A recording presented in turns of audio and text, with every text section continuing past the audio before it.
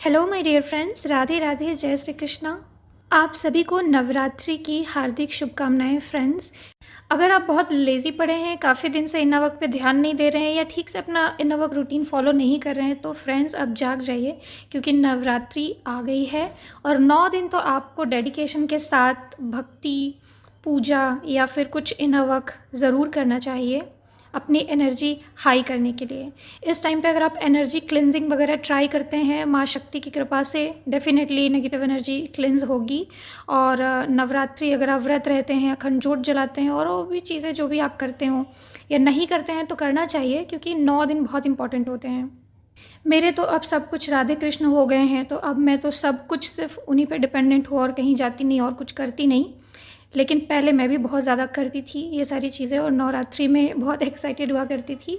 तो जो लोग भी अभी किसी एक गुरु में डेडिकेटेड नहीं हैं, अगर आप फॉलो करते हो तो आप इन 9 दिन का फ़ायदा ज़रूर उठाएं।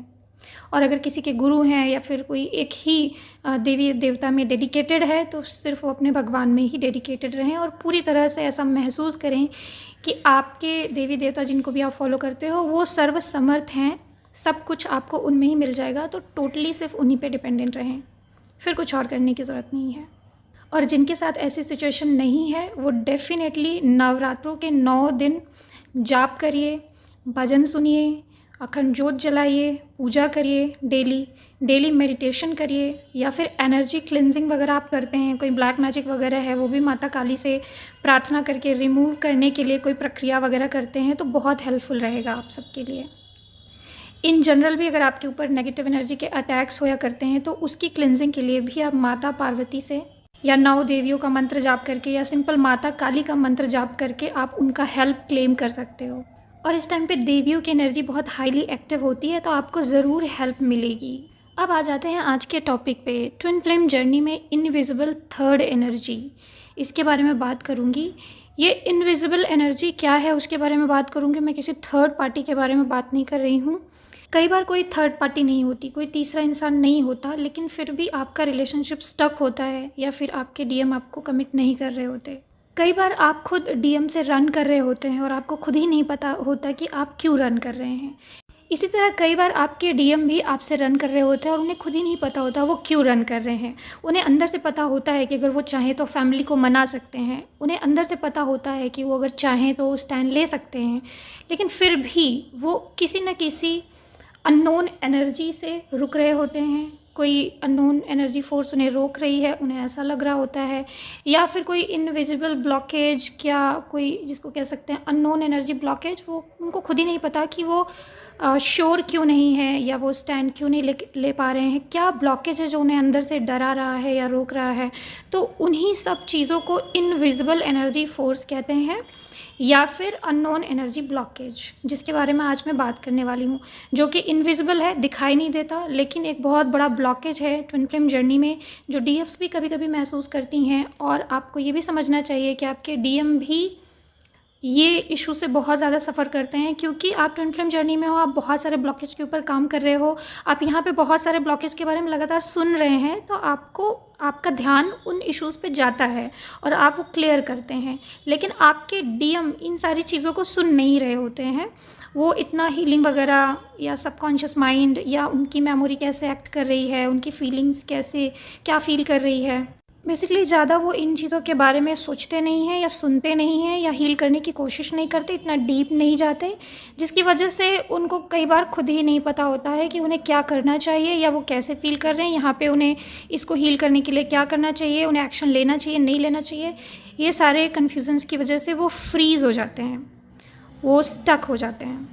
तो यहाँ पे इस वीडियो में जो मैं चीज़ें बता रही हूँ उससे आप अपनी हीलिंग करिए। आपके डीएम की साइड वाले स्टक इश्यूज़ वो अपना खुद हील करेंगे या गॉड उनका करवाएंगे।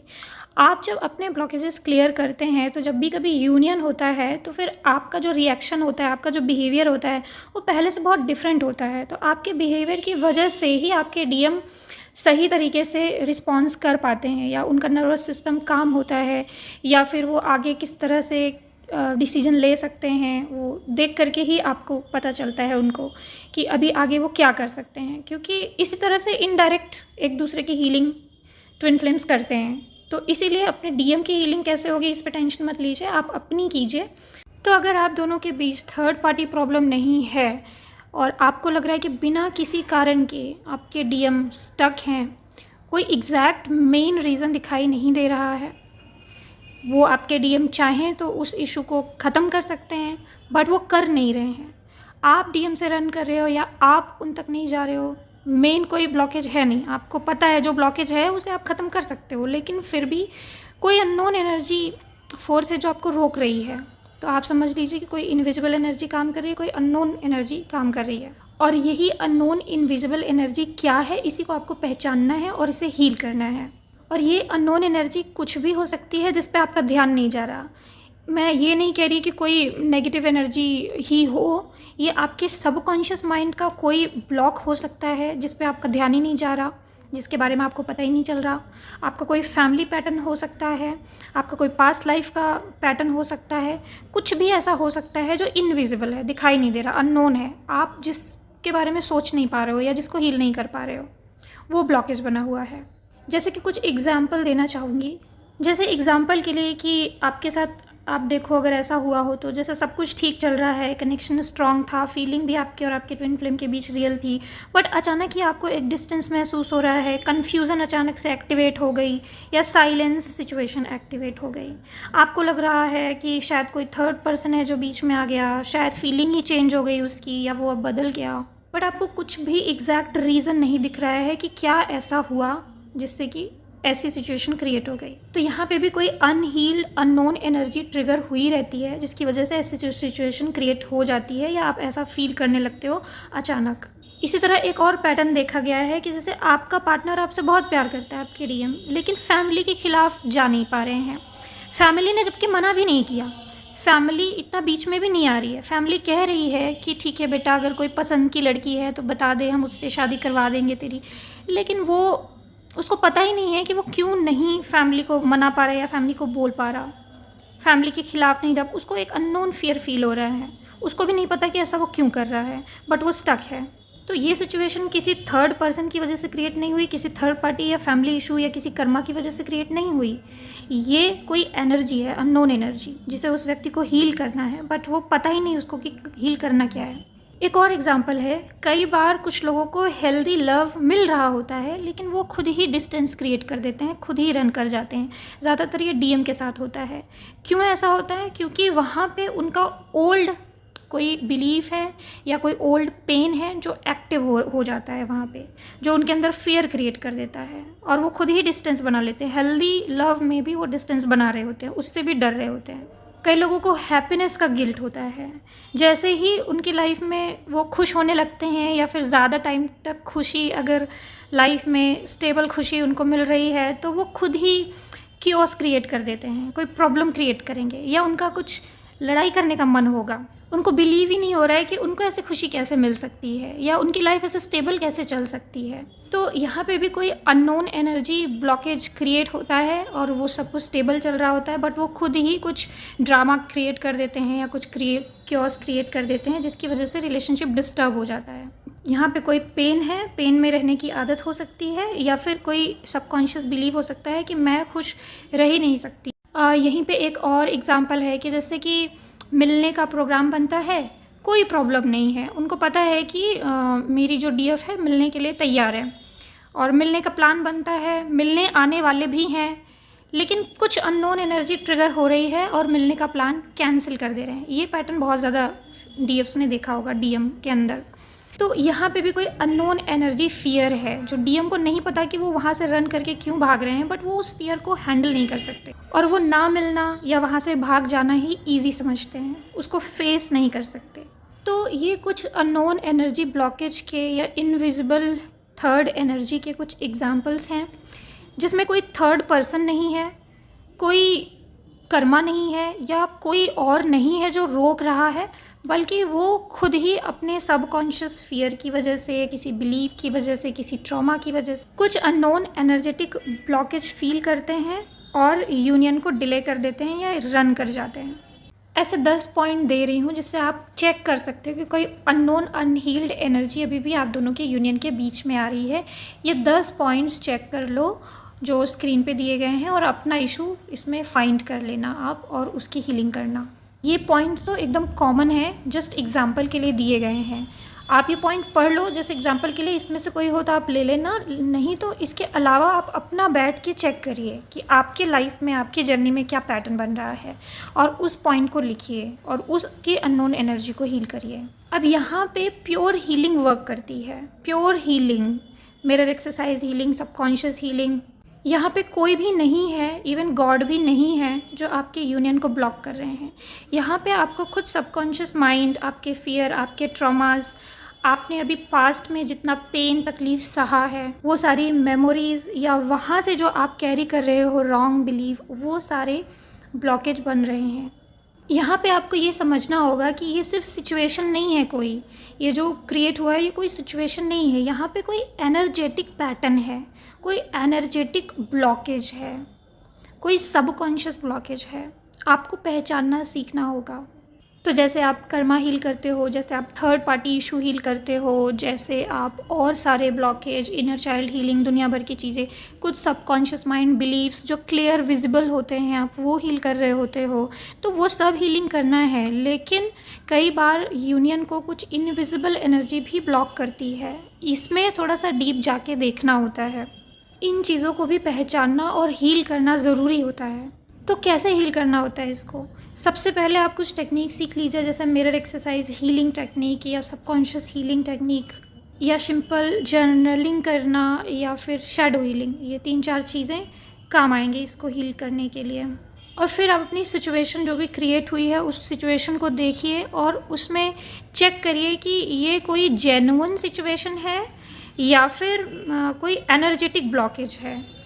अगर आपको लगे कि ये एनर्जेटिक ब्लॉक है कोई, तो आपको वहाँ पे इन टेक्निक्स के ज़रिए, मिरर एक्सरसाइज या शैडो हीलिंग या सबकॉन्शियस हीलिंग, इसके ज़रिए डीप जाना है और बहुत गहराई से अपने अंदर चेक करना है और उस पैटर्न को ब्रेक करना है।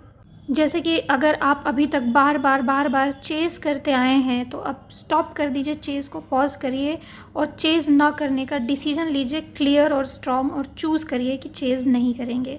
अगर आप बार बार चेज़ नहीं बल्कि रन कर रहे हैं, बार बार अवॉइड कर रहे हैं, इग्नोर कर रहे हैं, तो इग्नोर करना तुरंत स्टॉप करके एक्सप्रेस करना शुरू करिए, रिस्पॉन्सिबिलिटी लेना शुरू करिए। अगर ऐसा महसूस हो रहा है कि बहुत ज़्यादा गुस्सा आता है और आप अपने रिलेशन में बार बार गुस्सा करते आए हैं, बार बार गुस्सा करके आपने सिचुएशन ख़राब की है, तो बहुत ही पेशेंटली अगली बार नेक्स्ट टाइम गुस्सा करने से बचिए। जितना ज़ोर लगाना पड़े ज़ोर लगा के एंगर को कंट्रोल करने की कोशिश करिए और इस दौरान एंगर की हीलिंग जारी रखिए। और अगर ईगो बार बार आपने अपने रिलेशनशिप में दिखाया है, बार बार ईगो का पैटर्न आपने देखा है, तो अब ईगो का पैटर्न तुरंत ही ब्रेक करिए। और जब जब भी आप नेक्स्ट ऐसा आपको लगे कि आपने कुछ किया, ऐसी कोई सिचुएशन क्रिएट हुई जहाँ पे आपका ईगो हर्ट हुआ या ईगो आया बीच में और आप अब उसे देख पा रहे हैं, तो इमीडिएट पूरा ज़ोर लगा के ईगो वहाँ पे छोड़ करके, ईगो लेस होकर के जो एक्शन ले सकते हैं वो लीजिए। इस तरह से करने से पैटर्न ब्रेक हो जाता है और आपको एक नया एक्सपीरियंस होता है। और ऐसा सिर्फ एक बार नहीं करना है। कई बार लोग एक बार बहुत मेहनत करके एक बार स्टेप लेते हैं, बट वहाँ उनको नेगेटिव रिजल्ट मिलता है तो सोचते हैं नहीं ये तो वर्क नहीं कर रहा। ऐसा नहीं, ईगो छोड़ना है तो कई बार कई सारी सिचुएशन में छोड़ना है। जो हैबिट इतनी बार रिएक्ट करने पे बनी है, वो हैबिट ऐसे इमीडिएट तुरंत नहीं छूट सकती या उसका असर तुरंत नहीं दिख सकता। इसी तरह से हीलिंग भी है। कोई ऐसी चीज़ है, कोई ऐसा एनर्जी ब्लॉकेज आपको दिख रहा है, तो बार बार आपको उसको हील करना पड़ेगा। और जब भी यूनिवर्स के द्वारा ऐसी कोई सिचुएशन दी जाएगी जहाँ पे वो एनर्जी, अननोन एनर्जी ट्रिगर हो रही है और आप उसे देख पा रहे हैं कि ये वो एनर्जी है जिसे मुझे हील करना है, तो बार बार आप सिचुएशन में उस एनर्जी को हील करेंगे और उसकी जगह न्यू पॉजिटिव हील्ड चॉइसेस लेंगे। ऐसा बार बार करने से आपका वो जो अननोन एनर्जी ब्लॉकेज है वो हील हो जाएगा। और फिर नेक्स्ट टाइम जब सेम सिचुएशन आएगी या वैसी कोई सिचुएशन क्रिएट होगी, तो आप फिर से वैसा ही बिहेव नहीं करेंगे या उसी तरह से ये अननोन एनर्जी आपको ट्रिगर महसूस नहीं कराएगी, बल्कि आप डिफरेंट तरीके से बिहेव कर पाएंगे नेचुरली। और ना समझ में आए तो अच्छे से अपनी प्रॉब्लम बता करके काउंसलर से डिस्कस कीजिए। कभी कभी जो आपको नहीं दिखाई देता वो उन्हें दिखाई दे जाता है। और कोई ऐसा इशू है जो आप हील नहीं कर पा रहे हैं, चाहते हुए भी वो ब्लॉकेज बना हुआ है बट आप उसे नहीं हील कर पा रहे हैं, तो ऑब्वियसली काउंसलर से उसकी हीलिंग करवाइए। ओके फ्रेंड्स, तो होप कि ये वीडियो आपके लिए हेल्पफुल हुई हो और आपका ध्यान गया हो आपके इनविजिबल या अननोन एनर्जेटिक ब्लॉकेजेस पे। इन टॉपिक्स पे मेरी किसी तरह की हेल्प चाहिए हो, गाइडेंस या काउंसलिंग चाहिए हो, तो आप डिस्क्रिप्शन बॉक्स में दिए गए नंबर पे मुझे व्हाट्सएप मैसेज कर सकते हैं और अपना गाइडेंस सेशन बुक कर सकते हैं। तो अभी के लिए बस इतना ही फ्रेंड्स, अपना ख्याल रखिए। God bless you all. Radhe Radhe, जय श्री कृष्ण।